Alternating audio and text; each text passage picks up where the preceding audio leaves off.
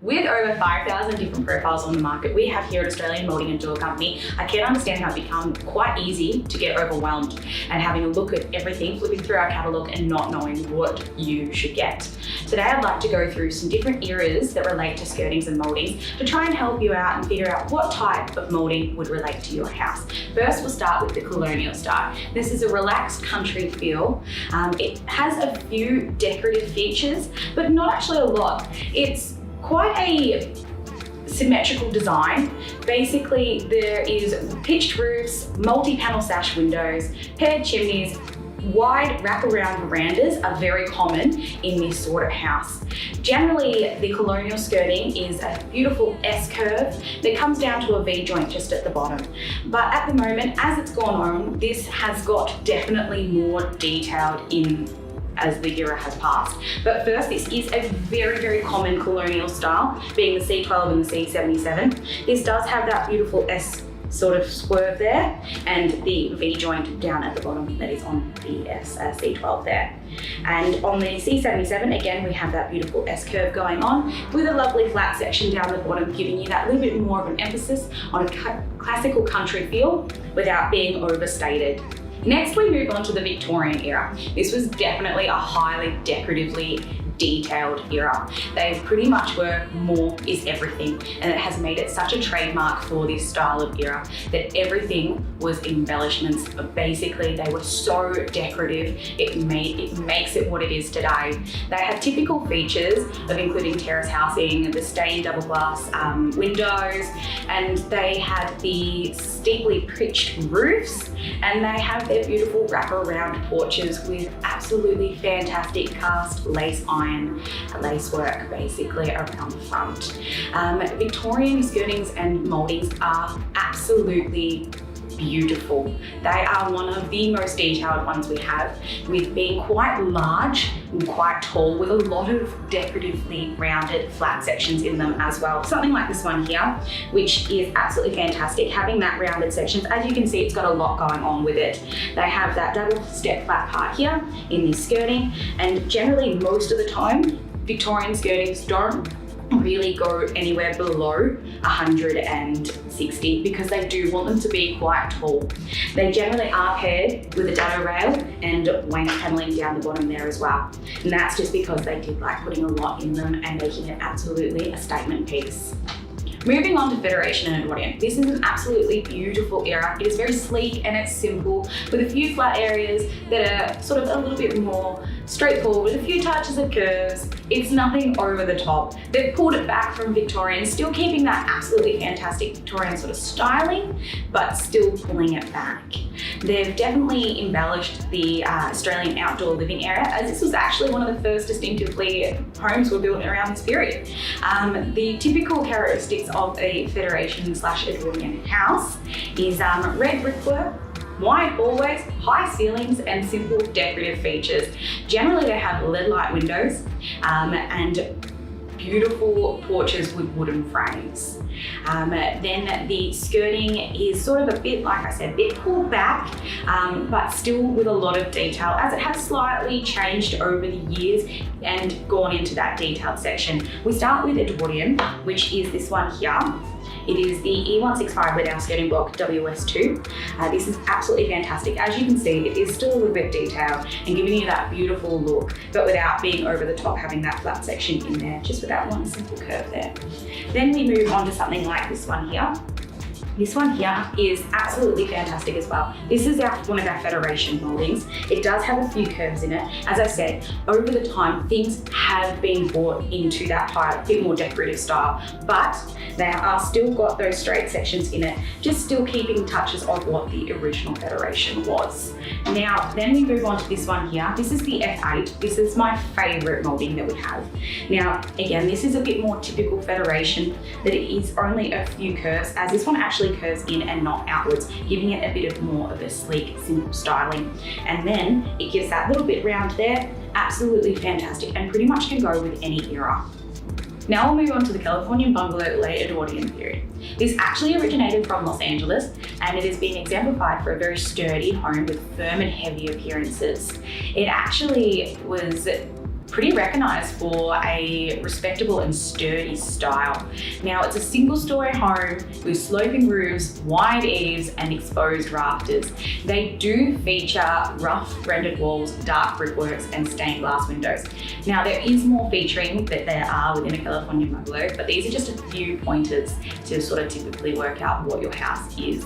And then when you walk inside, you generally can see that there's panelled or wainscoted walls. This is very typical in a California bungalow style, but the skirting and architraves aren't actually that detailed. They're quite simple. It's sort of something like this one here, which is a typical lamb's tongue, giving you a bit of a rounded top with that beautiful slope and curve there. This is very, very late Edwardian and California bungalow style.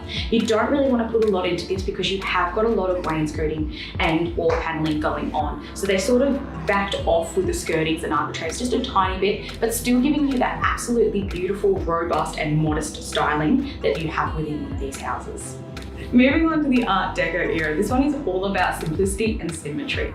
Now, it did originate in France in the 1920s, then it came later to Australia in the 1930s. This home is definitely a beautiful, sleek and linear appearance. There are geometric features that are out through the house, creating an understated and elegant feel. There are certain characteristics you can tell by looking at an Art Deco and notifying that it is one straight away, with its bold colour choices, for example, reds, greens and things like this. Moving on to that it's got flat roofs, it's very smooth lines, there are, again, curved glassing, all of those geometric shapes that are within this house, having even porthole windows, making them a feature, really standing out. They even come to balconies lined with handrails.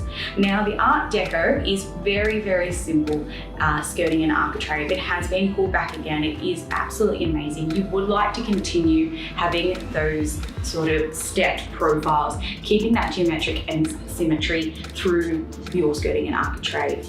Now, as you can see, everything is very, very lined out basically, and it does suit those lines and the linear straight lines through your housing.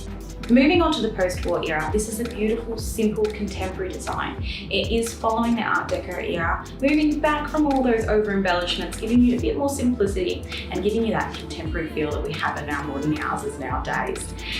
The building materials back in the time, that's why it's called post-war, is that it was a little bit more scarce. So they were built generally from weatherboard and brick veneers. And they did move back from very over-featured plaster cornices and generally have flat or butterfly roofs. They have weatherboard cladding and metal casement windows. Now, post-war homes have very, very, very simple mouldings, but yet they are super elegant. And this one here is a war service, that's what we call it. And it is that beautiful little splay with that round up there, giving you an absolutely amazing contemporary feel within your house. It is an understated profile, yet giving you something with a lot of emphasis, and it is definitely something that would be able to suit any house in the modern era now. Last but not least, we have the modern and contemporary design. This was definitely something that was brought in with less is more. It is something that is just moving on past the Art Deco, taking it a little bit further, but still giving you that decorative style without being an overstatement. It is definitely a house that it took on the minimalistic look and that is very featured within a lot of houses now. They have that amazing open plan living and a box-like facade with, it sort of replaces that ornate entrance that we had in the older eras such as Victorian and Edwardian Federation. It has moved on from that, giving us that little bit more of a modern twist. They do have clean lines like the Art Deco, but again, it's brought back just a tiny bit and it's a bit more minimalism. And then the wall length windows just make it a feature. They have skylights and contrasting colours through this house, generally with the geometric shape, and taking on from where I said they did move from that Art Deco era. Then the skirting and architraves have been pulled back. They are a lot more basic, they are a lot more smooth. The design is definitely very different from all of the other eras. Something like this one here, which is the M45A. It is a shadow line profile. This is very popular within almost all of your modern houses. It definitely is that clean line feeling, keeping that modern twist. It is absolutely amazing and is very popular.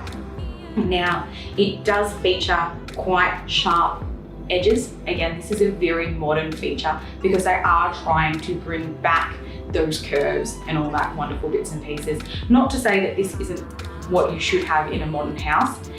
Definitely you can move into that decorative style, as we do have decorative modern profiles now. As because some people want a bit of a twist, but they still want to keep it quite modern. So you are allowed to have decorative skirting and mouldings within a modern house as well.